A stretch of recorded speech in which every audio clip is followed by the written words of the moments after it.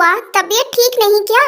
नहीं विनोद, जाने क्यों बहुत चक्कर आ रहे हैं, बिल्कुल उठा नहीं जा रहा। कोई बात नहीं, कमजोरी है बस, तुम आराम करो, मैं चाय बनाता हूँ। लेकिन विनोद, मम्मी जी नाराज हो जाएंगी। रोज तो सब तुम ही करती हो, एक दिन क्या मैं नहीं कर सकता? तुम आराम करो। विनोद ने सौम्या के बालों को सहलाकर मुस्कुराते हुए कहा तो सौम्या भी मुस्कुरा उठी और निश्चिंत मन से आंखें बंद कर करवट बदल लिया। सौम्या और विनोद की शादी को अभी कुछ ही महीने बीते थे। विनोद के घर में सिर्फ उसकी माँ रमा जी थी। विनोद के पिताजी कुछ सालों पहले गुजर चुके थे। विनोद की माता जी पुराने ख्यालों की महिला थी। उन्हें यूं विनोद का सौम्या का हाथ बटाना बिल्कुल पसंद नहीं आता था। विनोद एक बहुत ही नेक दिल इंसान था, आम मर्दों से अलग सोच रखता था। जहाँ तक होता सौम्या की घर के कामों में भी मदद कर देता था। रमा जी जब भी विनोद को सौम्या की मदद करते देखती, मन ही मन में चिढ़ जाती थी। सौम्या जानती थी उसकी सासू माँ को ये पसंद नहीं आता था, तो वो हमेशा विनोद को मना करती, लेकिन विनोद नहीं मानता था। कभी गीले कपड़े छत पे सूखने डाल देता, तो कभी रसोई में मदद चला आता था। विनोद, आप रहने दीजिए, मैं कर लूंगी। क्यों कर लोगी अकेले? मैं भी मदद कर देता हूँ, जल्दी काम होगा, तब तो कुछ समय हम दोनों को भी मिलेगा। लेकिन माँ जी। क्या माँ जी? शादी के पहले मैं उनकी भी तो मदद करता था, सो अब तुम्हारी कर रहा हूँ। हंसते हुए विनोद कहता तो सौम्या चुप लगा जाती, लेकिन सासू माँ के चेहरे पे आते जाते भाव उसे सब बता जाते कि बेटे का यूं रसोई में बहू का हाथ बटाना उन्हें रास नहीं आता था। इधर कुछ दिनों से सौम्या की तबीयत कुछ ठीक नहीं रह रही थी। कमजोरी के कारण अक्सर चक्कर आ जाते थे। सब कुछ जान सुन के भी रमा जी निर्विकार भाव से चुप्पी लगाए रखती, जैसे कुछ मालूम ही ना हो। सौम्या को अपनी सासू माँ का व्यवहार से बहुत दुख होता, लेकिन सीधी सरल सौम्या मन रखकर उनका मान रख लेती थी। आज भी सौम्या को आराम करता छोड़ विनोद ने चाय बना खुद भी पिया और अपनी माँ को भी दे दिया। तूने क्यों चाय बनाई विनोद? बहू कहाँ है? माँ, सौम्या की तबीयत ठीक नहीं, तो वो सो रही है। डॉक्टर को दिखा दिया, दवा करवा दिया, अब ये कैसी कमजोरी है जो जा ही नहीं रही है? कैसे बीमार बहू घर आ गई? माँ, ऐसा क्यों बोल रही हो? बीमारी घर और इंसान देख थोड़ी ही आती है। और फिर सौम्या को टाइफाइड हो गया था, उसके बाद तो कमजोरी आती ही है। वो तो ठीक है, लेकिन नाश्ते का क्या होगा? मेरी भी उम्र हो चली है, मुझसे इतना काम नहीं होता। बेटे की बात पे मुंह बनाती रमा जी ने कहा। माँ की बात पे विनोद आश्चर्य में पड़ गया। अभी 6 महीने ही हुए थे सौम्या को बहू बन आए हुए। उसके पहले तो सारा काम माँ अकेली ही करती थी। एक काम वाली आती थी सफाई करने, उसके साथ भी माँ लगी रहती थी। और अचानक 6 महीनों में माँ इतनी बूढ़ी हो गई कि एक कप चाय भी नहीं बना सकती थी। माँ के साथ बहस में करना विनोद को किसी भी दृष्टिकोण से उचित नहीं लगता था। इसीलिए उसने बिना कोई जवाब दिए नाश्ते की तैयारी की और ऑफिस निकल पड़ा। थोड़ा सोकर सौम्या उठी तो तबीयत संभली लग रही थी।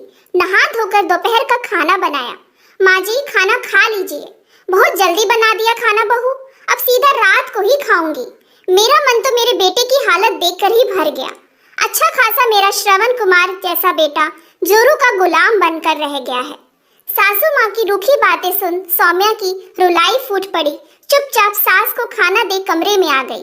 पिछले 6 महीनों की बीती बातें आंखों के आगे चलचित्र सी घूम रही थी। कितनी खुश थी सौम्या विनोद को अपने हमसफर के रूप में पाकर। उसका सौम्य स्वभाव और सुलझा व्यक्तित्व सौम्या को बहुत पसंद आया था। छोटा सा परिवार था विनोद का। कहाँ तो सौम्या ने सोचा था कि अपनी सासू माँ की सेवा कर उनका दिल जीत लेगी, लेकिन यहाँ तो सासू माँ हमेशा उखड़ी उखड़ी रहती सौम्या से।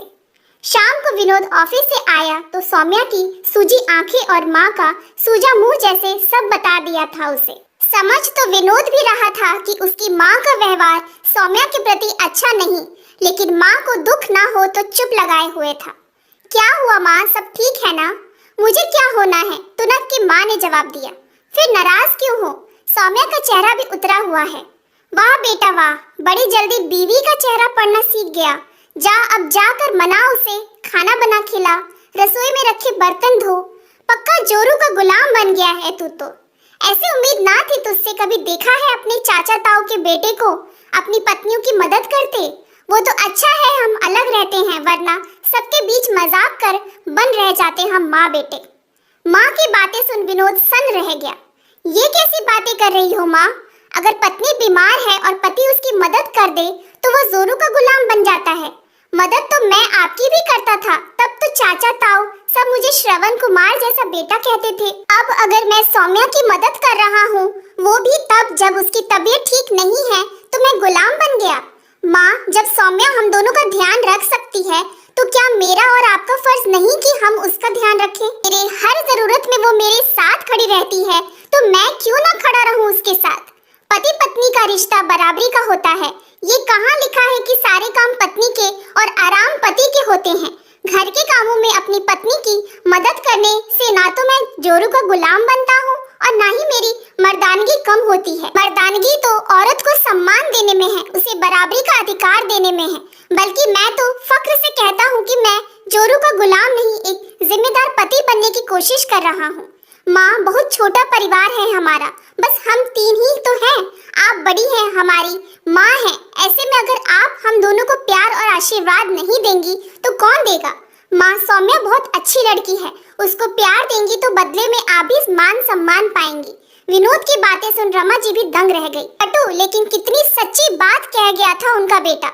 जब बेटा सेवा करे तो श्रवण कुमार, और जब वही बेटा जब अपनी पत्नी की मदद कर दे तो जोरू का गुलाम बन जाता है। अपनी छोटी सोच पे आज खुद ही शर्मिंदा हो गई थी रमा जी।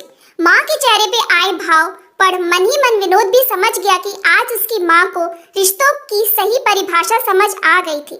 विनोद का मन निश्चिंत हो उठा था, क्योंकि अब उसका परिवार एक सुखी परिवार बनने की राह पे चल पड़ा था।